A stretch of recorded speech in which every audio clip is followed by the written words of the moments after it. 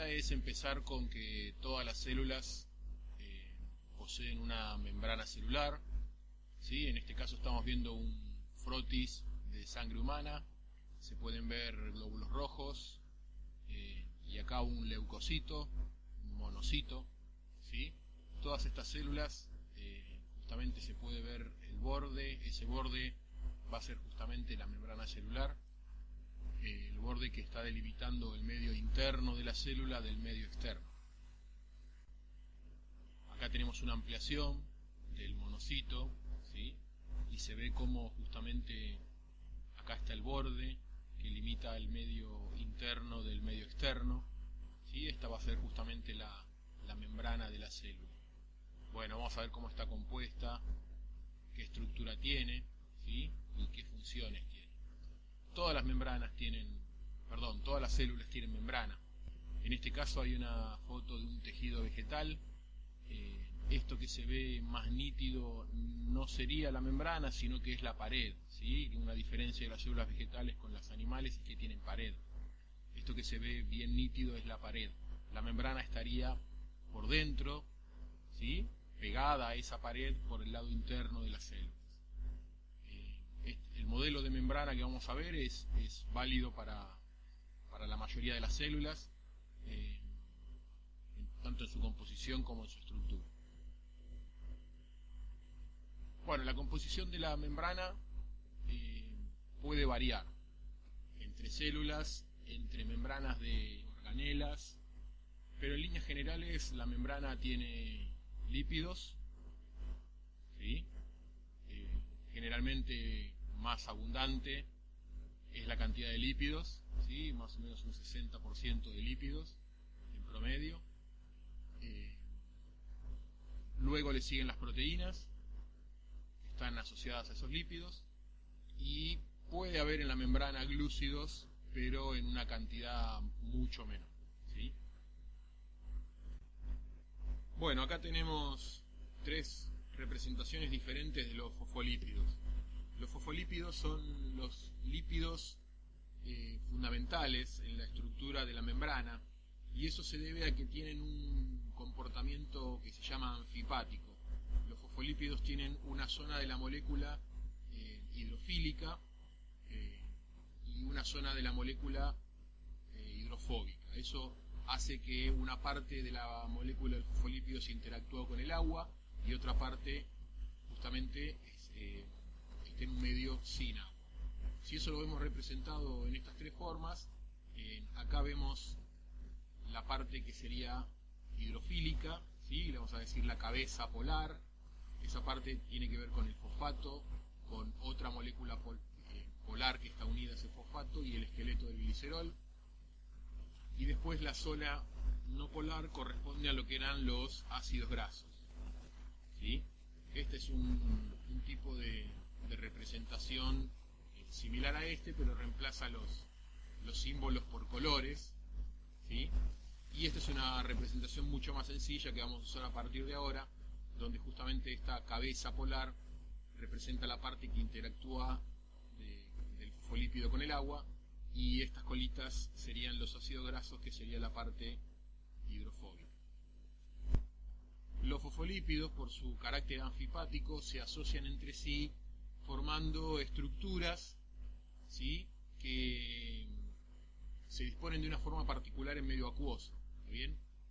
Por ejemplo, en las micelas de fosfolípidos, los fosfolípidos se agrupan todos entre sí, exponiendo las cabezas polares o hidrofílicas hacia el medio acuoso y quedando todo el interior hidrofóbico.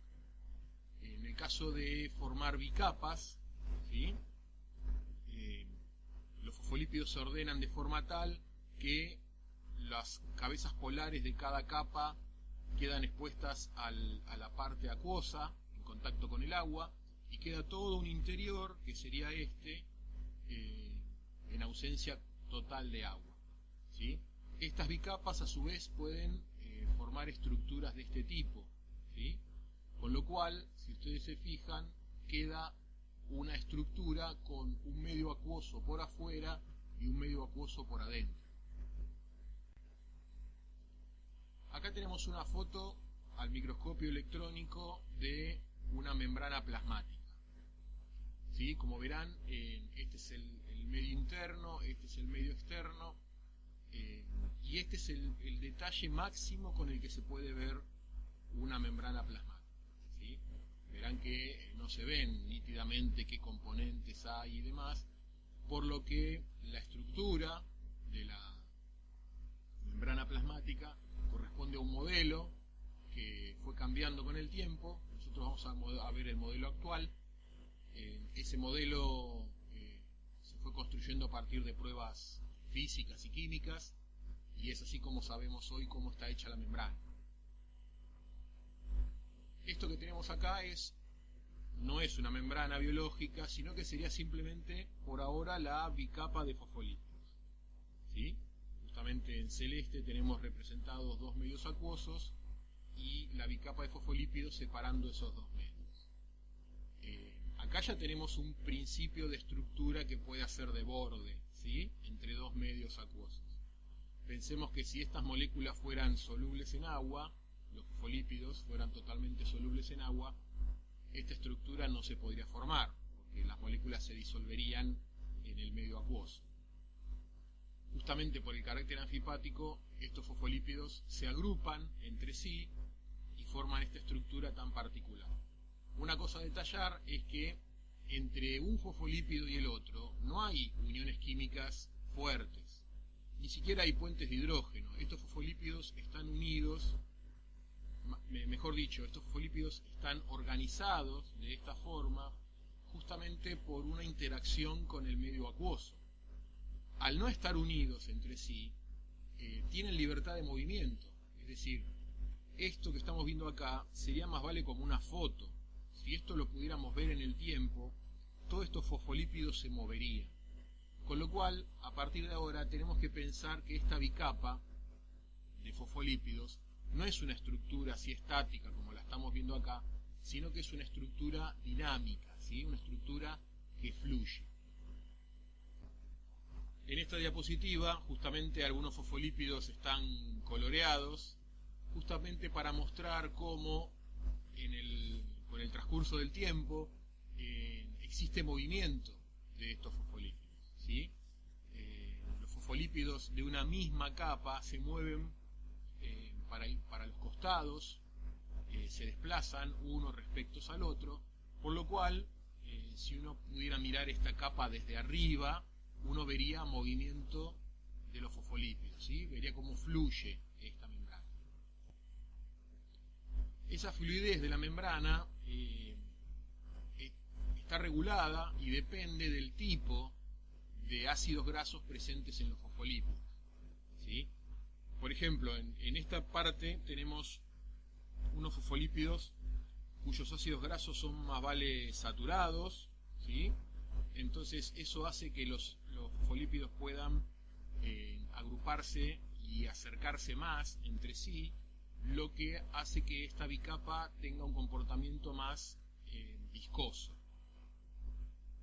En este caso, la presencia de ácidos grasos insaturados de tipo cis en los fosfolípidos hace que el acercamiento y la interacción entre los fosfolípidos sea menor, y eso da como comportamiento de la membrana un comportamiento más fluido.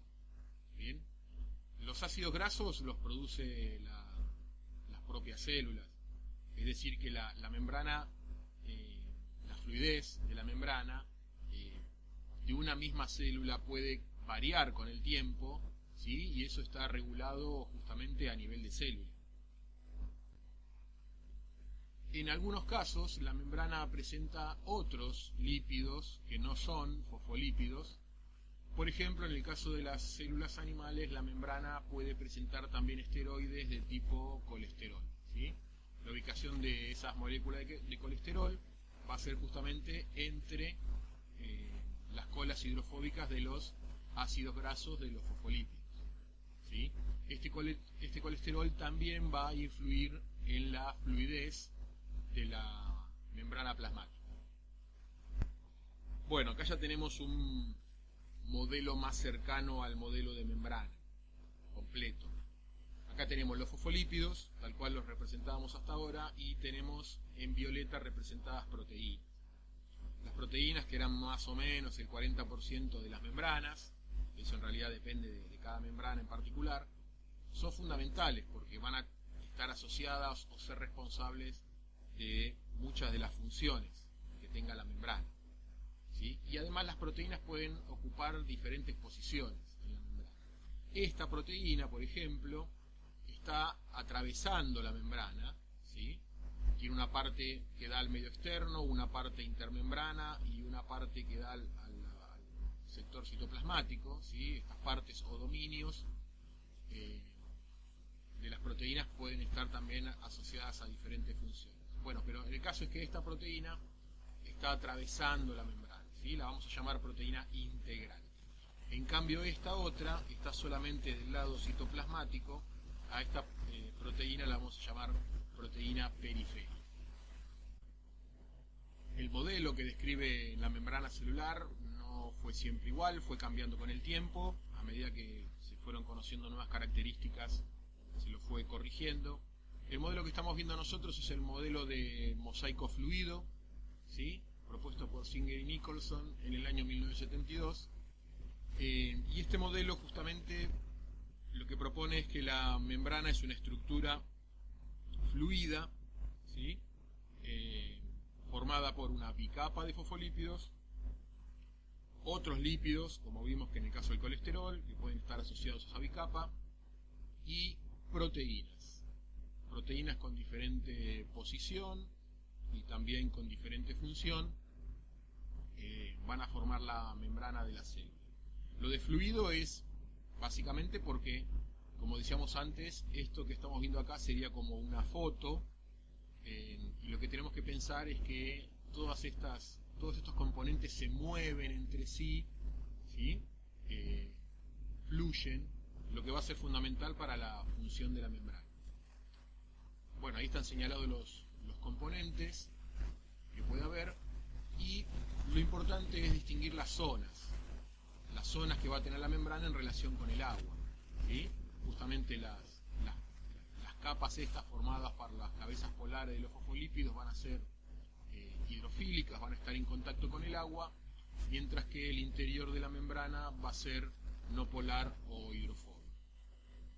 Acá hay otro dibujo, otro esquema de otro libro, ¿sí? Que representa el modelo de mosaico fluido, pero lo puse porque acá agrega otro componente que es el caso de los oligosacáridos, ¿sí?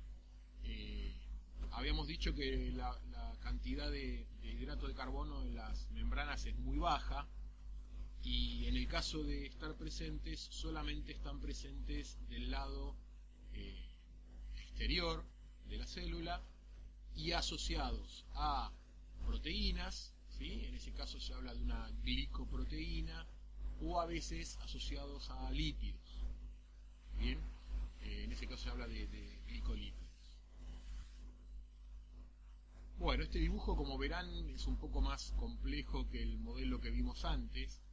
Lo interesante de este modelo, de este dibujo, es que estamos mostrando a la membrana con sus fosfolípidos, en este caso hay colesterol, proteínas integrales, periféricas, están agregados los oligosacáridos, que son estos hexágonos que están en verde, del lado exterior de la célula.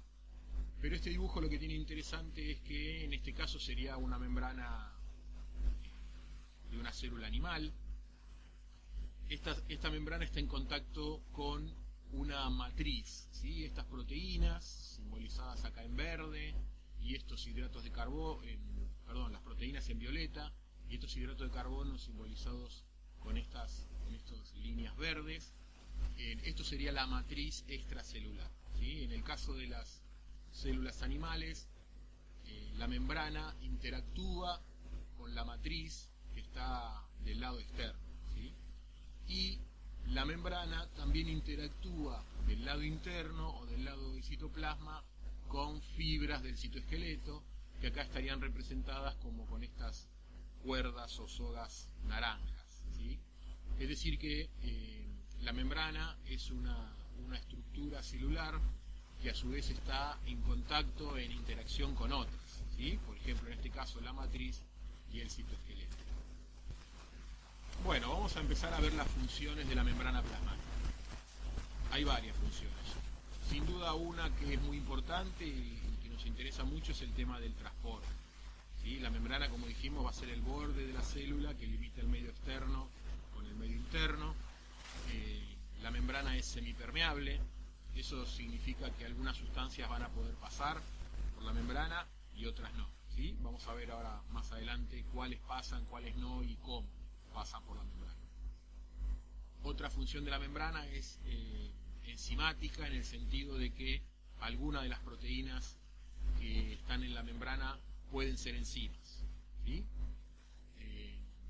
Otra función de la membrana puede ser que alguna de sus proteínas son proteínas receptoras. ¿Qué quiere decir? Son proteínas que del lado externo tienen en su dominio externo justamente una zona en la cual pueden recibir una señal específica, no cualquiera, y una vez recibida esa señal desencadenar algún tipo de reacción en el medio interno, ¿sí? Otra función de la membrana es, por ejemplo, reconocimiento entre células. ¿Bien? Cuando dos células animales, en este caso, interactúan entre sí, están interactuando mediante sus membranas. Así que proteínas de membrana de diferentes células pueden interactuar y eso puede darle información a esas células, ¿sí? En este caso, que tienen que ver con el reconocimiento, ¿sí? Pensemos, por ejemplo, en un glóbulo blanco que está circulando por la sangre y de esta forma puede reconocer células propias del cuerpo de células ajenas. Otra función de la membrana es, gracias a proteínas que tiene en su estructura, proteínas que hacen unión entre ellas de forma tal que indirectamente lo que unen son dos células entre sí, ¿sí? Hay en muchos tejidos, particularmente los tejidos epiteliales, en los cuales las células están muy unidas entre sí, no dejan pasar sustancias por el medio, así que este tipo de proteínas es muy importante en algunos tejidos. Y después, como habíamos visto en el modelo de membrana, hay proteínas que interactúan con la matriz y hay proteínas que interactúan con el citoesqueleto, ¿sí? Lo cual también es fundamental para la célula. Si nos concentramos en el transporte como principal función de la membrana, el transporte de sustancias a través de la membrana va a depender de varias cosas, entre ellas de cómo está compuesta la membrana. La membrana está compuesta de lípidos, eso va a limitar y va a determinar qué tipo de sustancias pueden pasar. Otra es la composición y la estructura de la sustancia que se va a transportar, ¿sí? Va a ser importante, por ejemplo, el nivel de organización, el tamaño relativo de la sustancia, ¿sí? No es lo mismo un ion, que tiene un nivel de organización atómico, que una molécula pequeña de 1 o 2 carbonos, que una molécula más grande, ¿sí? De 10 carbonos, que una macromolécula. Es decir, el tamaño de la sustancia influye en la forma de ser transportada por la célula. También influye el tema de si tienen o no carga eléctrica, por ejemplo, ¿no? O si son moléculas polares o no polares. Y otro factor importante que influye en el transporte de sustancias es la concentración, ¿sí?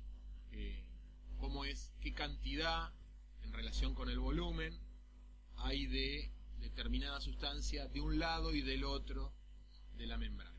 ¿Está bien? Entonces, repasando, para saber si una sustancia se transporta por la membrana y en qué dirección, por ejemplo, se transporta, va a influir la composición de la propia membrana, la composición, el tamaño, la polaridad y la concentración de la sustancia que se va a transportar.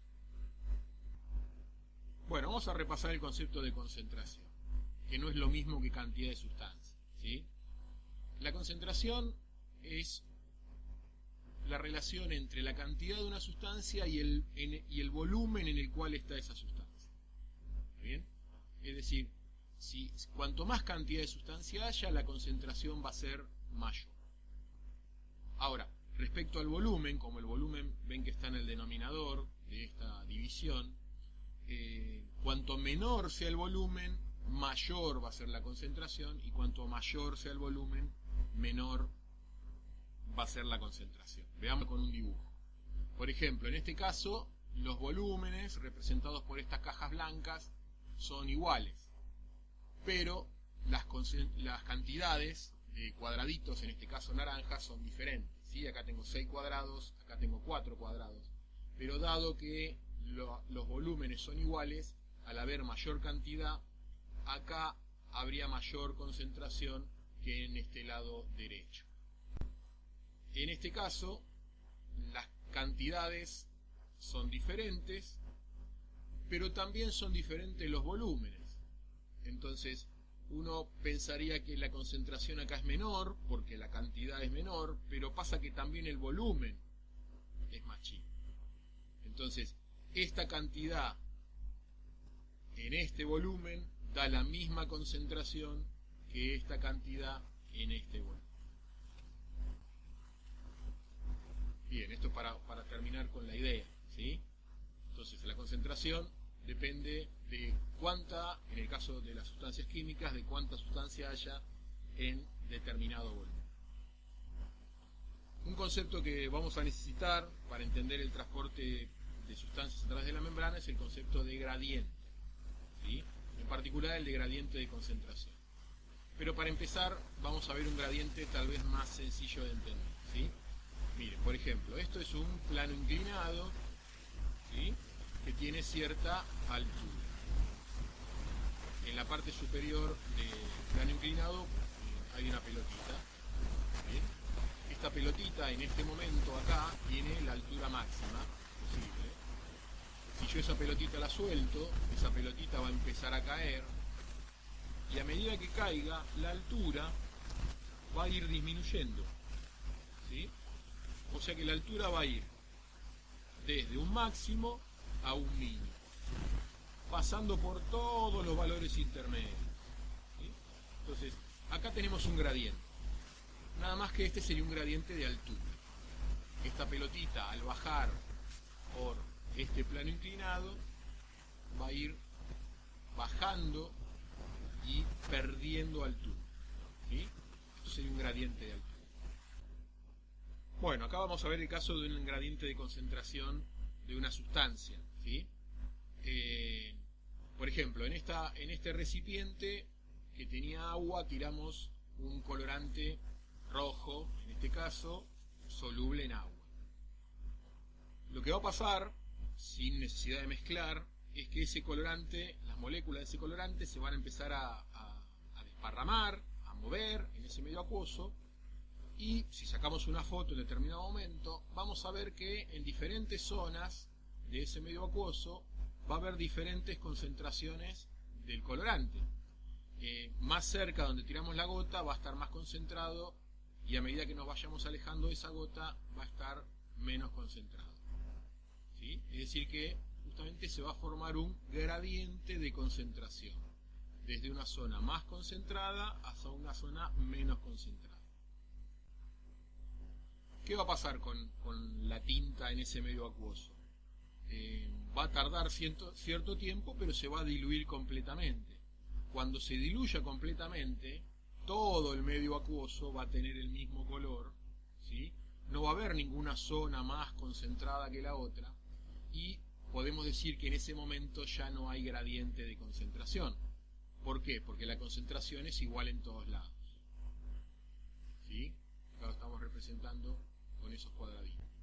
Eso es lo que pasa, por ejemplo, cuando agregamos en un vaso de agua un poco de azúcar, ¿no?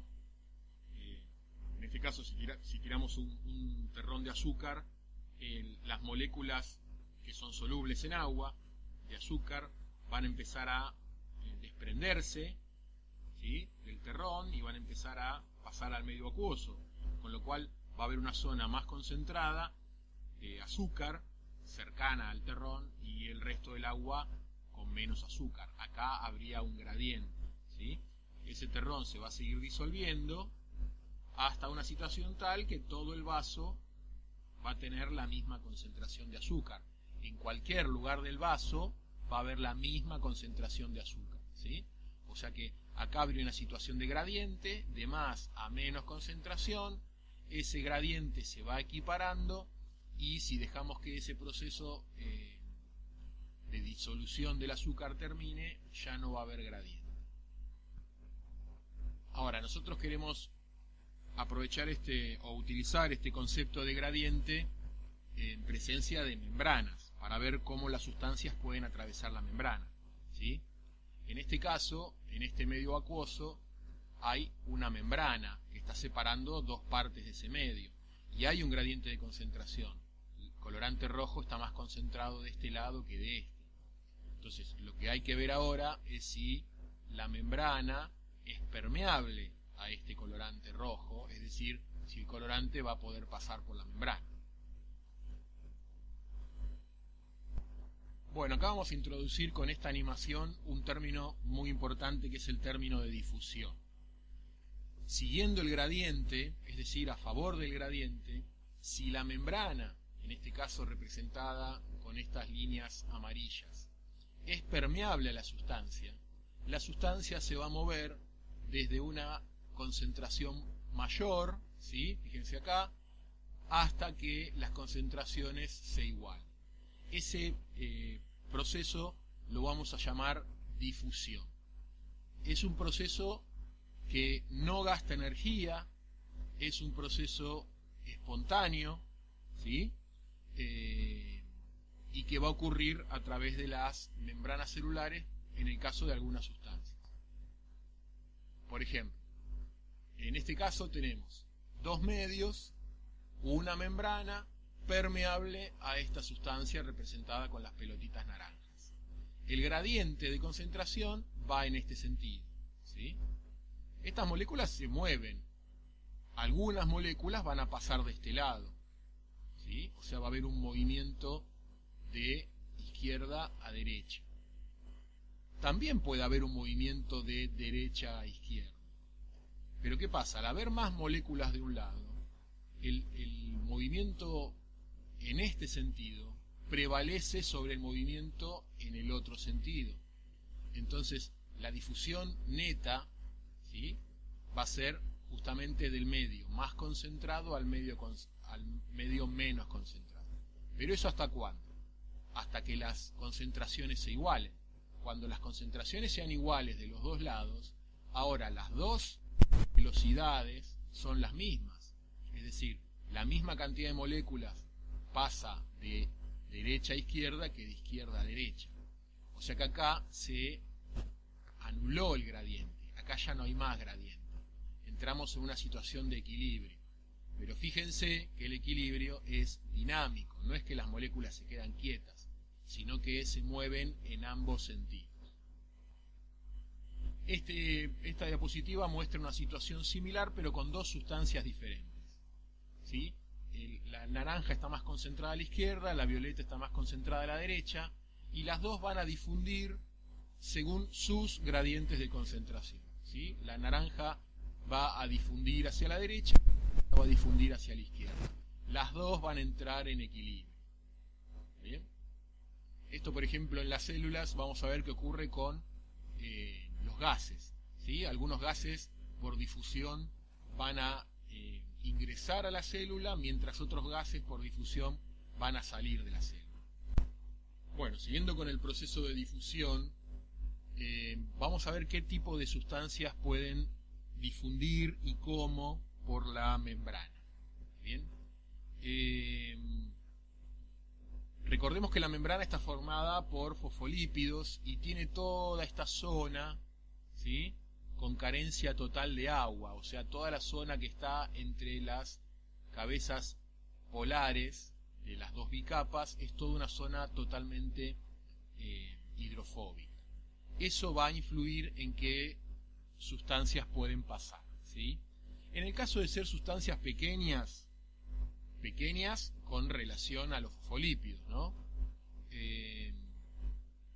Esas sustancias van a poder pasar entre los fosfolípidos, ¿sí?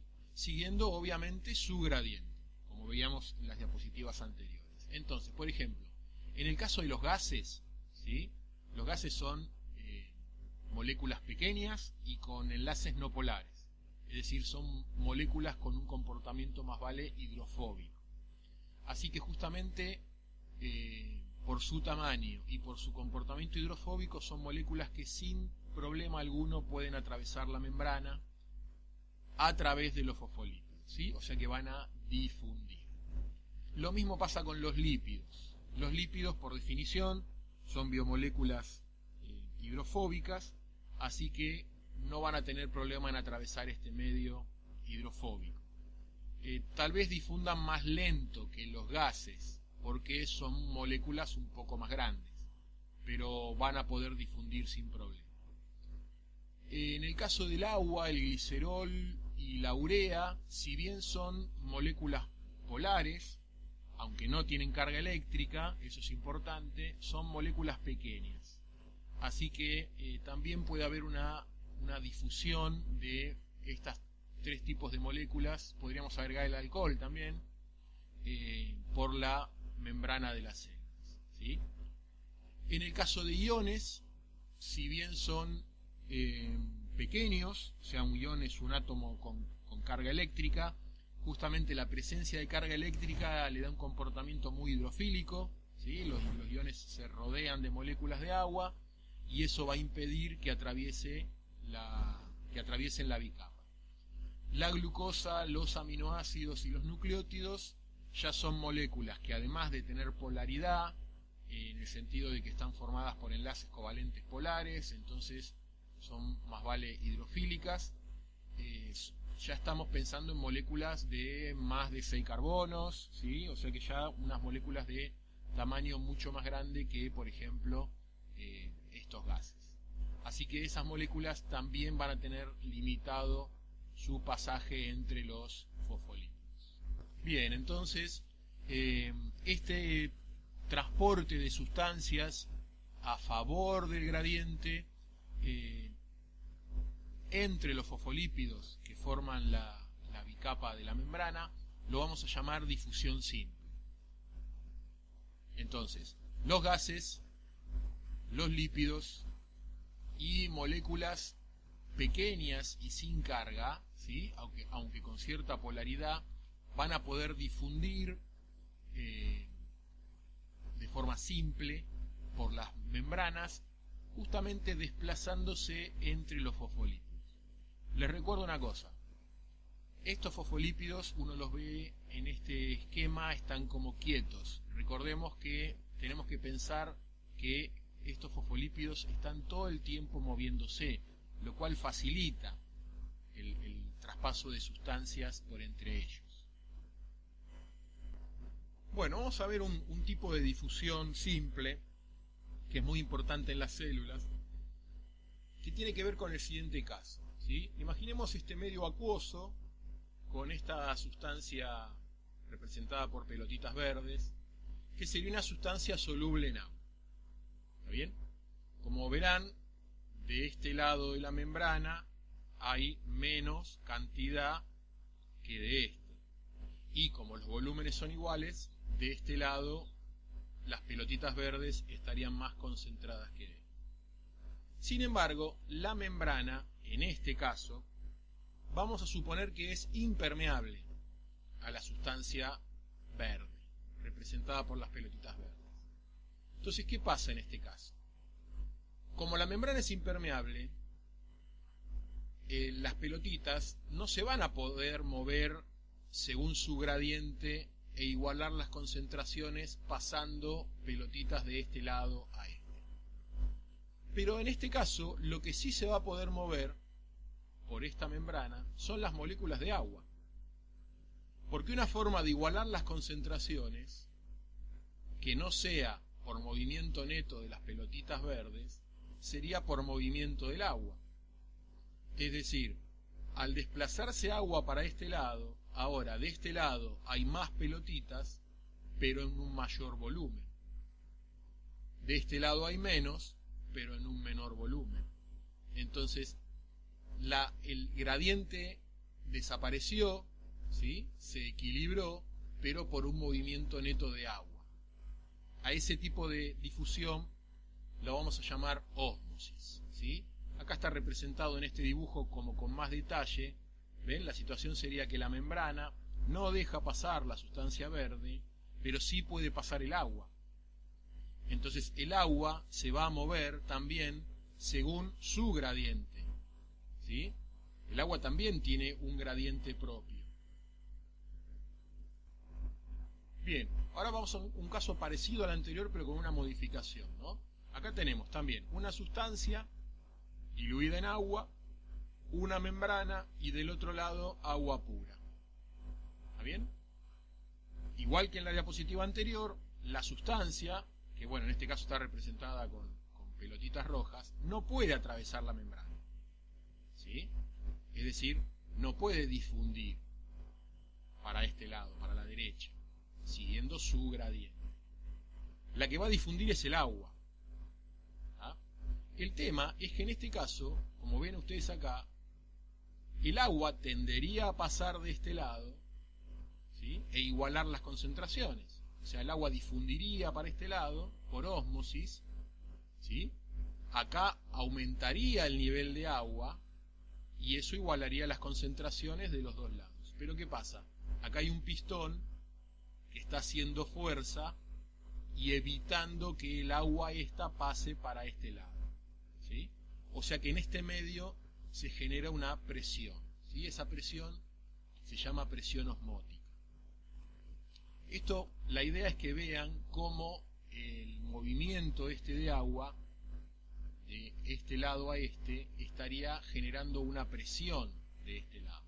Vamos a ver eso aplicado. Bien, apliquemos esto al caso de una célula o células reales.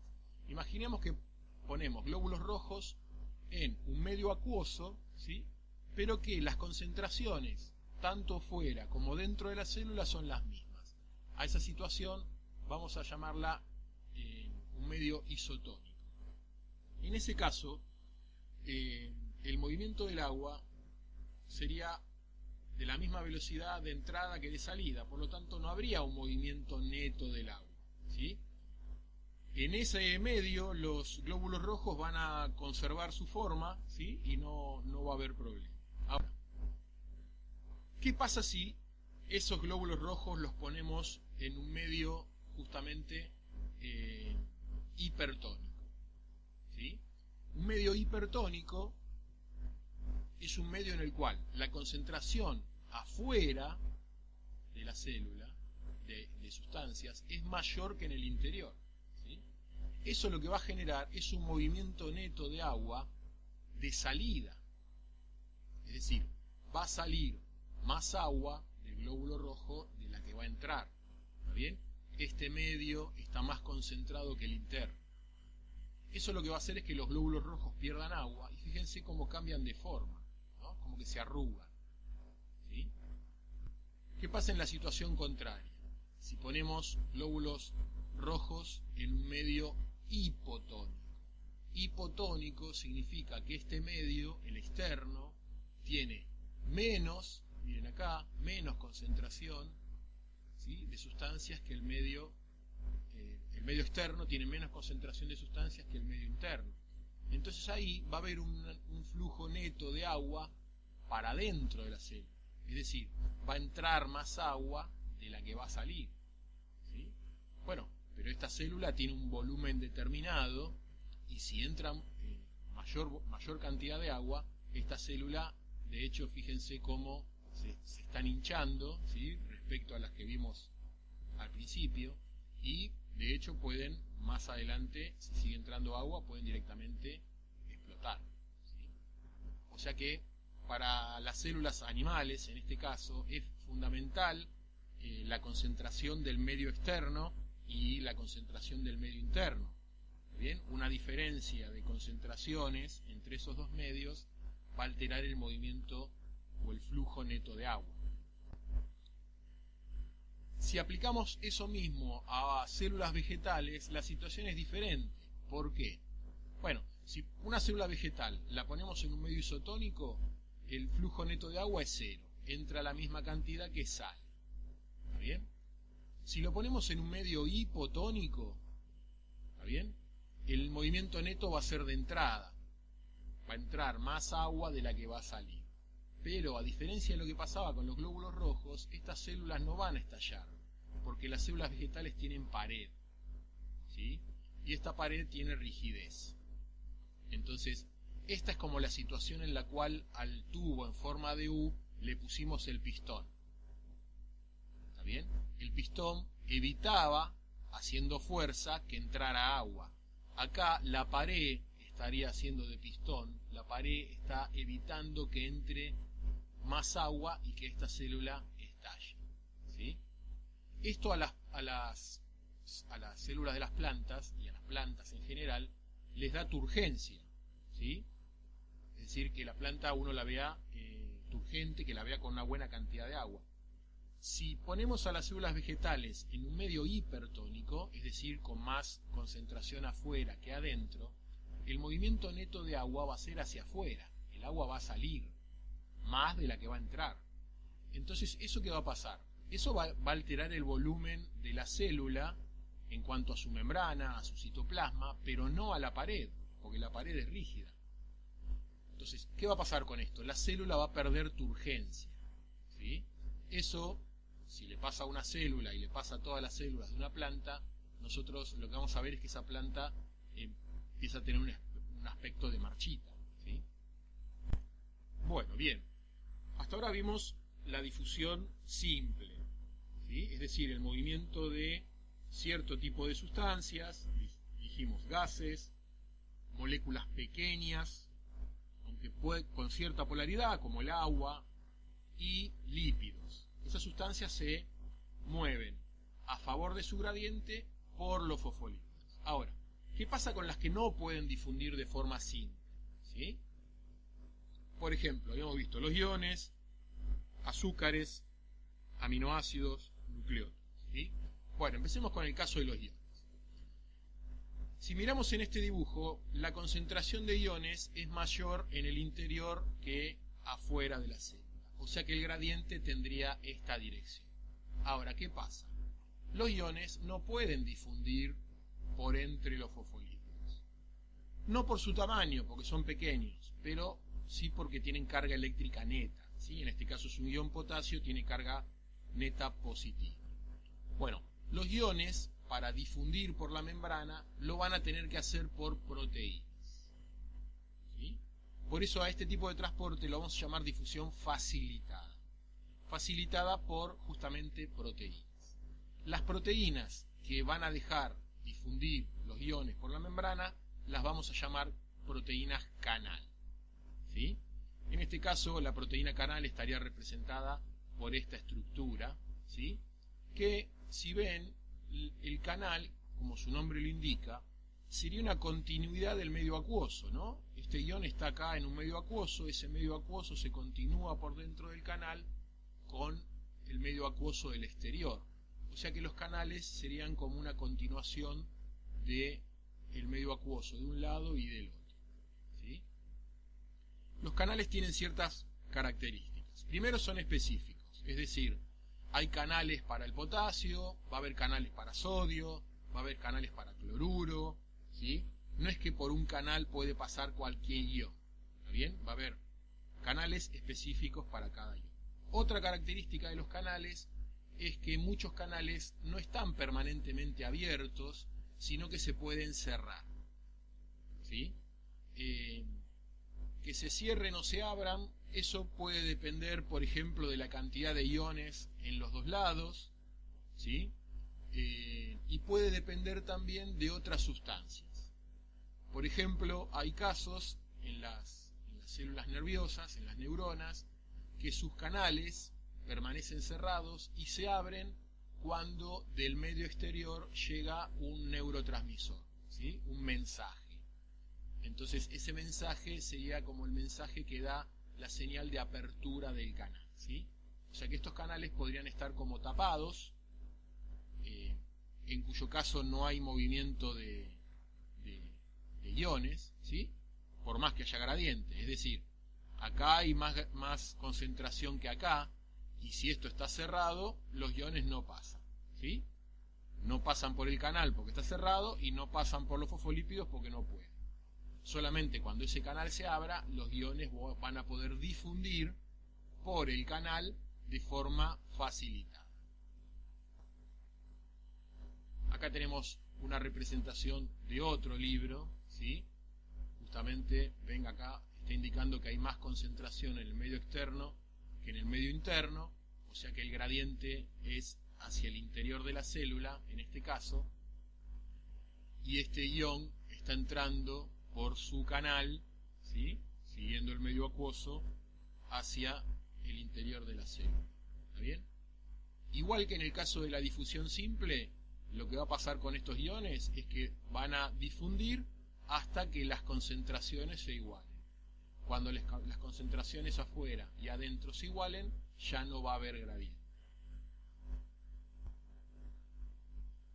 En el caso de los monosacáridos, como la glucosa, aminoácidos, tampoco pueden difundir de forma simple entre los fosfolípidos, no porque tengan carga eléctrica, porque no la tienen, sino porque son moléculas orgánicas con un número más grande de carbonos, ¿sí? 6 o más, y con muchos enlaces polares, o sea, son moléculas hidrofílicas. ¿Bien? Va a pasar algo parecido con los iones, nada más que las proteínas que transportan este tipo de sustancias son proteínas que le vamos a llamar transportadores o carrier, ¿sí? En inglés. Son proteínas que van a dejar pasar las moléculas a favor del gradiente, ¿sí? Fíjense que acá hay más glucosa en el medio externo que en el interno, o sea que el gradiente va en dirección hacia el interior de la célula, pero esas glucosas, para poder difundir, van a necesitar la presencia de un transportador, ¿sí? No de cualquier transportador. Los carrier o transportadores también son específicos, ¿sí? Reconocen cierto tipo de molécula y la van a dejar pasar a favor de su gradiente.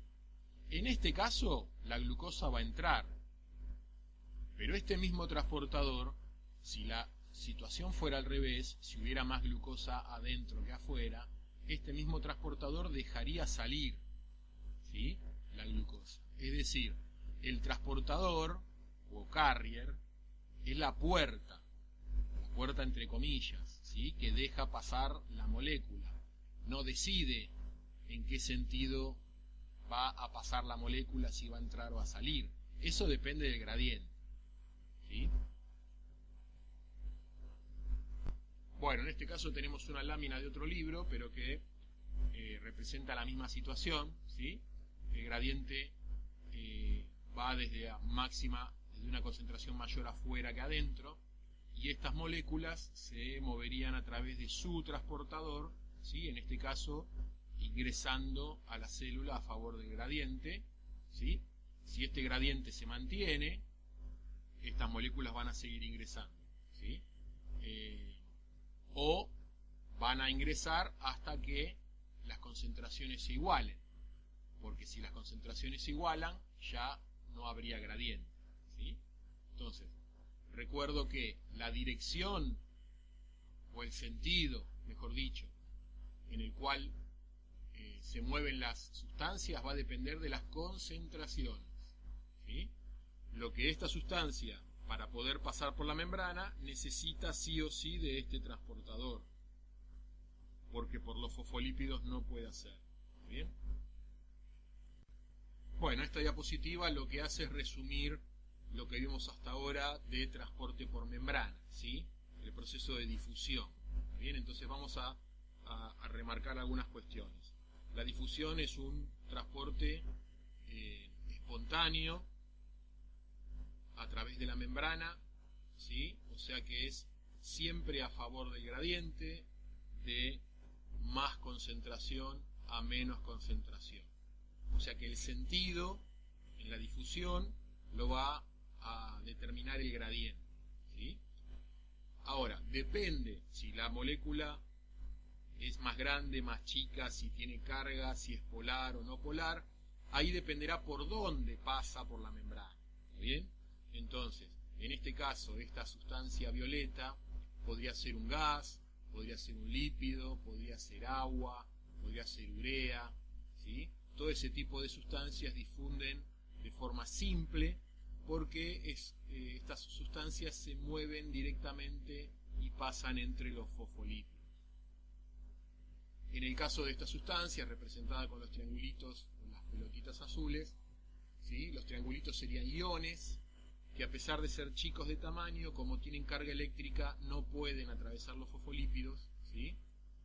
Y van a necesitar de un canal acuoso para poder difundir. Y esto podría ser una glucosa, un aminoácido, ¿está bien?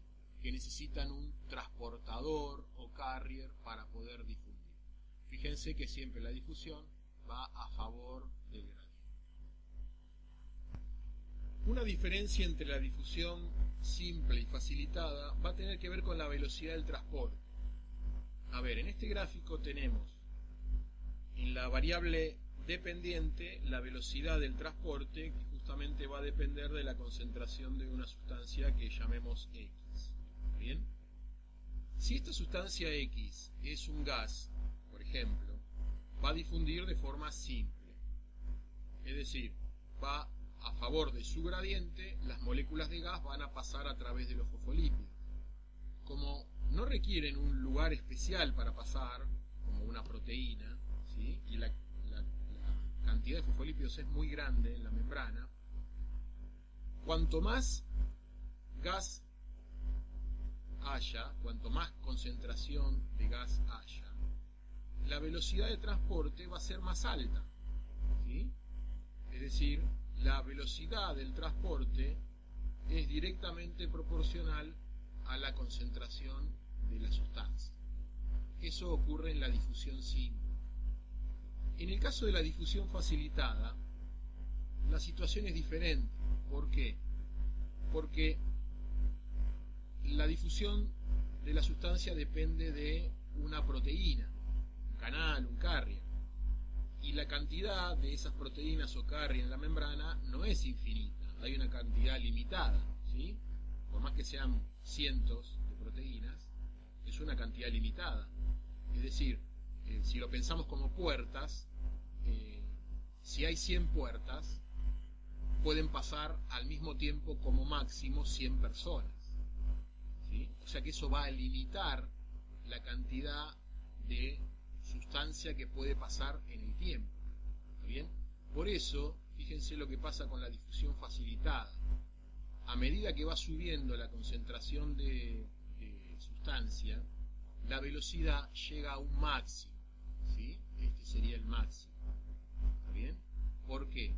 Porque el máximo lo impone la cantidad de proteínas que hay en la membrana que dejan pasar esa sustancia, ¿sí? O sea que la difusión facilitada, al igual que la difusión simple, es espontánea, no gasta energía, por eso vamos a decir que es un transporte pasivo, pero a diferencia de la difusión simple, la difusión facilitada tiene una velocidad máxima que va a estar dada por la cantidad de proteínas transportadoras en membrana. Bien, pasemos ahora a un transporte pero que es en contra del gradiente. Es decir, por este tipo de transporte, la célula va a transportar sustancias de menor concentración a mayor concentración, ¿sí? Bueno, esto es lo que sucede con los iones en las células, ¿sí? Por ejemplo, hay proteínas en la membrana de la célula, ¿sí? Proteínas que vamos a llamar bombas en el sentido de que pueden bombear. Esas proteínas con gasto de energía lo que van a hacer es transportar iones desde un lugar de menos concentración a un lugar de mayor concentración. Por ejemplo, en el caso de la bomba sodio-potasio, Es una proteína que, fíjense lo que hace con el sodio. El sodio está más concentrado en el exterior de la célula que en el interior. O sea que su gradiente es hacia adentro. Sin embargo, lo que hace la bomba es, con gasto de energía, sacar más iones de sodio. Es decir, las bombas generan gradiente, porque están llevando más iones donde ya había más iones. ¿Está bien? Con el caso del potasio hace lo contrario, ¿sí? En el caso del potasio, el potasio está más concentrado adentro que afuera, y la bomba de sodio-potasio lo que hace es ingresar más potasio, o sea que genera todavía mayor concentración dentro de la célula que fuera. Obviamente este transporte es un transporte activo, gasta energía, ¿sí? Y se puede hacer en el caso de los iones. Acá hay otro ejemplo de una proteína, que sería esta, que sería una bomba de protones. Fíjense cómo es el gradiente. Hay más protones afuera que adentro, o sea que el gradiente es hacia adentro. ¿Está bien? Estos iones, por una cuestión de concentración, siguiendo su gradiente, tenderían a entrar, pero no pueden, porque no pueden atravesar los fosfolípidos. ¿Sí? Esta bomba lo que va a hacer es, con gasto de energía, por eso vamos a hablar de un transporte activo, transporta más protones hacia el exterior, o sea que incrementa aún más la concentración afuera, lo que genera un gradiente mayor. Ahora, como los iones tienen carga, una mayor cantidad de iones, en este caso positivos, afuera que adentro, va a generar en la membrana una diferencia de cargas eléctricas. Es decir, la membrana va a tener un medio acuoso afuera enriquecido en cargas positivas en comparación con el medio interno, ¿sí? Entonces, estas bombas, generando estos gradientes de iones, al mismo tiempo lo que generan es un gradiente eléctrico, ¿sí? Va a haber una diferencia de cargas eléctricas, zonas más positivas de un lado de la membrana y negativas del otro.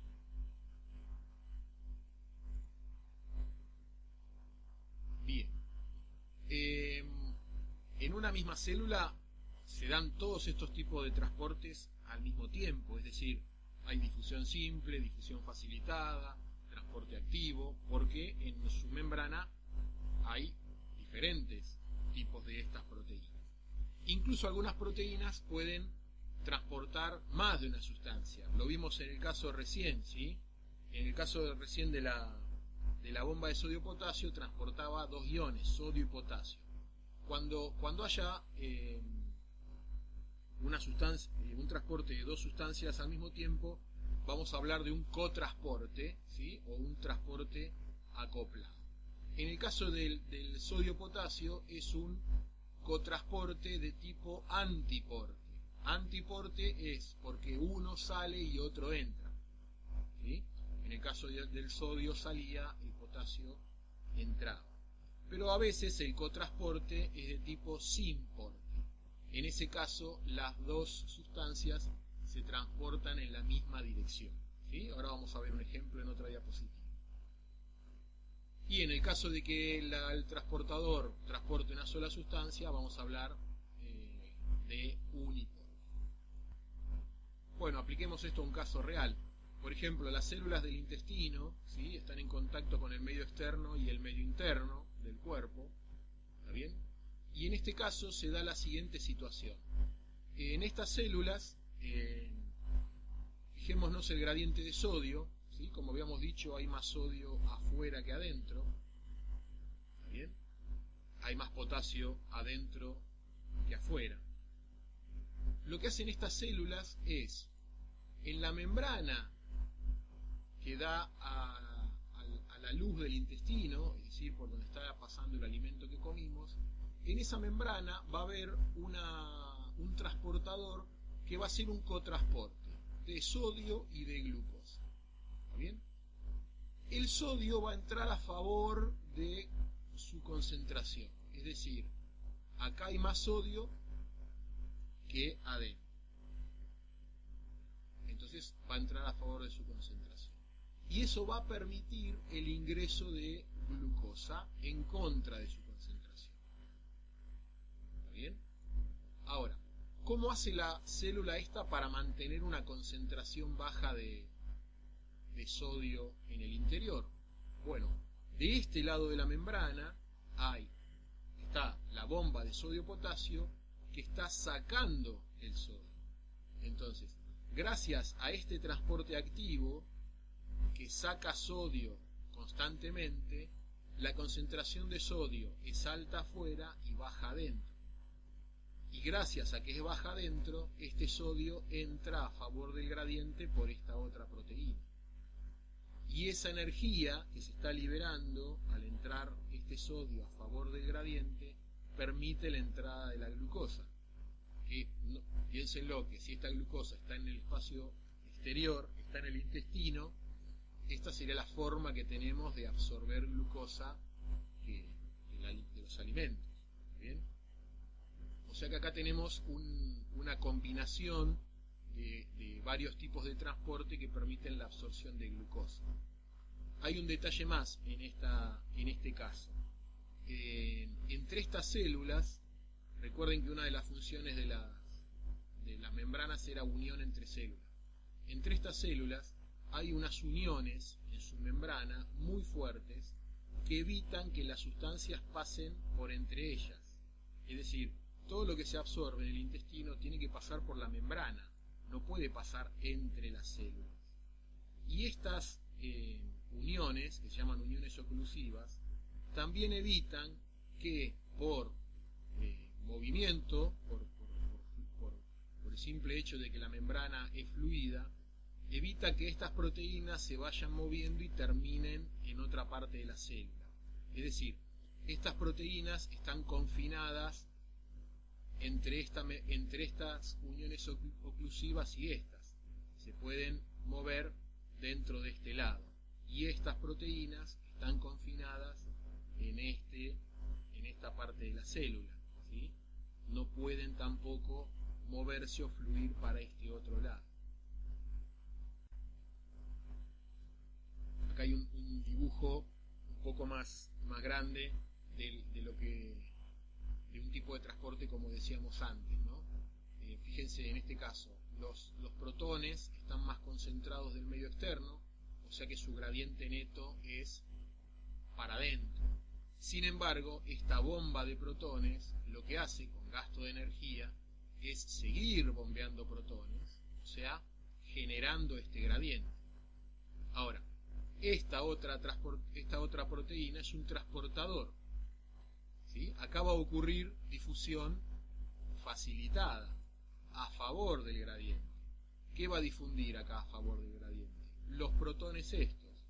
Estos protones van a difundir a favor de este gradiente, ¿sí?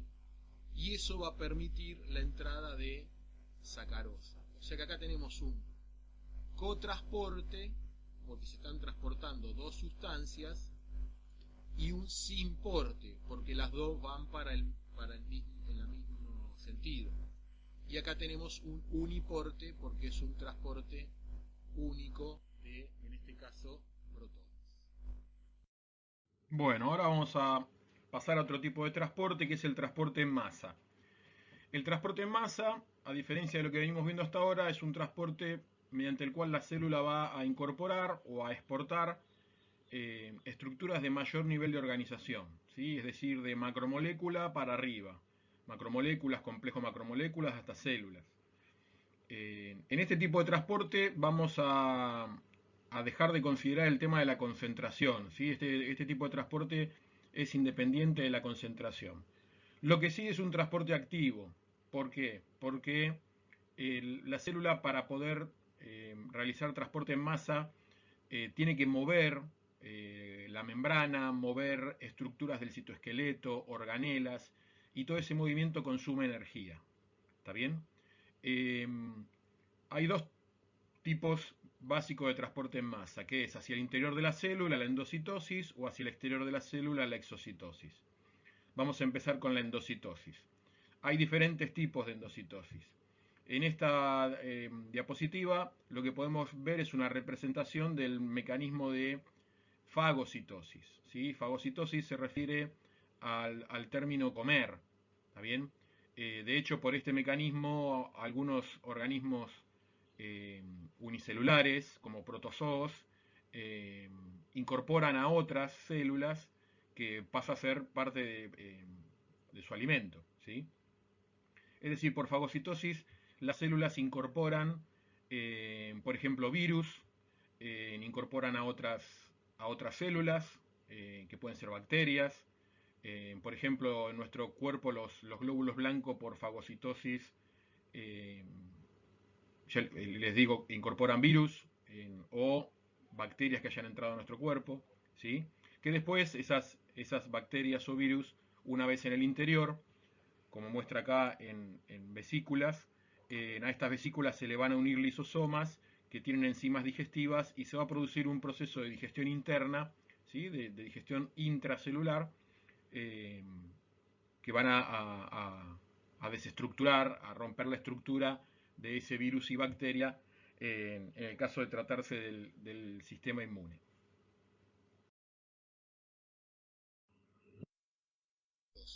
Bien. Esta es una foto real de un glóbulo blanco, ¿sí? Que fagocitó. Por ejemplo, acá hay bacterias, ¿sí? O sea, estas bacterias las incorporó del medio externo. Eso implicó un movimiento de la membrana. ¿Bien? La membrana tiene que englobar a esa estructura para poder ser incorporada, y ahí que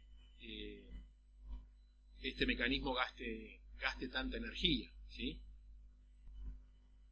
La pinocitosis es diferente porque en la pinocitosis la membrana genera como una depresión, ¿sí? como un hueco. Obviamente a la membrana la mueve el citoesqueleto, ¿sí? El citoesqueleto con sus proteínas es el que mueve a la membrana y genera esta zona internalizada, y en esta zona ingresa parte del medio externo, ¿sí?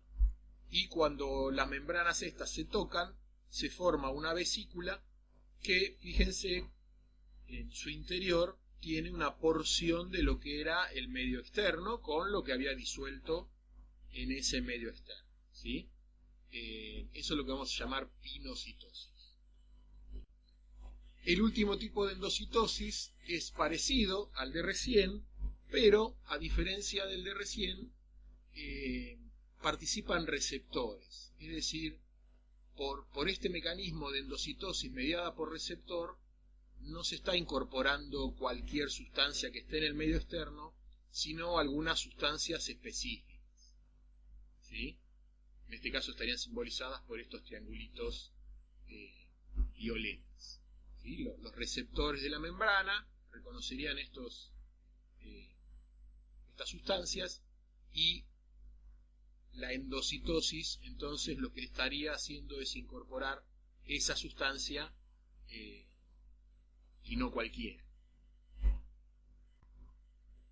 Acá hay fotos al microscopio electrónico de endocitosis mediada por receptor. Se ve justamente cómo este sería el interior de la célula, este sería el exterior, ¿sí? Se va generando como esa depresión, ¿ven? Acá va aumentando, ¿está bien? Y en la otra diapositiva se ve cómo la membrana se cierra, ¿sí? Se tocan estas dos partes. Recuerden que esto es el exterior, esto es el interior de la célula. Entonces, cuando esto se cierra, una porción del exterior quedó dentro de la célula, dentro de esta vesícula. Bien, la exocitosis es justamente un mecanismo por el cual la célula puede deshacerse de estas estructuras de mayor nivel de organización, ¿sí? Pueden ser, por ejemplo, vesículas que tengan proteínas de exportación. Entonces, cuando la vesícula se une con la membrana, el contenido de la vesícula se libere al medio externo, ¿sí? Esta vesícula podría haber sido producida por ejemplo, el aparato de Golgi, de acá tener proteínas de exportación, o esta vesícula podría ser resultado del proceso de digestión interna que se produce en algunas células, ¿sí? En el caso de la fagocitosis que vimos, cuando ese glóbulo blanco fagocita, por ejemplo, esa bacteria, dentro del glóbulo blanco se produce un proceso de digestión interna, ¿sí? Que hacen otras organelas que se llaman lisosomas. Los residuos de esa digestión, ¿sí? Y otras estructuras que queden de esa digestión, después son eliminadas al medio, ¿sí? Por este proceso de exocitosis. Acá justamente se ve, esto sería la membrana de la célula, este es el medio externo, este es el medio interno, ¿está bien? Acá se ve como una vesícula se acaba de fusionar con la membrana y todo el contenido de esa vesícula va a ser liberado al medio externo, ¿sí? Esto sería una exocitosis. Bien, para terminar la presentación y a modo de resumen, en esta diapositiva están clasificados los mecanismos de transporte, ¿sí? Lo que está en amarillo es justamente los transportes que no gastan energía, que como vimos puede ser la difusión simple o la difusión facilitada, ¿está bien? La difusión simple ocurría por el pasaje a través de fosfolípidos y la difusión facilitada requería de proteínas. Recuerda, transportadores o canales. En cambio, el transporte activo va a requerir de gasto de energía, y ahí podemos tener el transporte por bombas, que transportaba únicamente iones, o podemos tener el transporte en masa, ¿sí? Que puede ser endocitosis, ¿sí? Si es hacia el interior de la célula, ¿está bien? O exocitosis, si es hacia el exterior. Bueno, espero que esta diapositiva les haya servido como introducción a este tema. Obviamente no reemplaza una clase dada por un docente, ni tampoco la lectura de este tema en una bibliografía adecuada, ¿sí? Cualquiera de estos temas los pueden leer de libros de biología de autores como Curtis, como Campbell, como Solomon. En cualquiera de esos libros pueden profundizar los temas que vimos en esta presentación.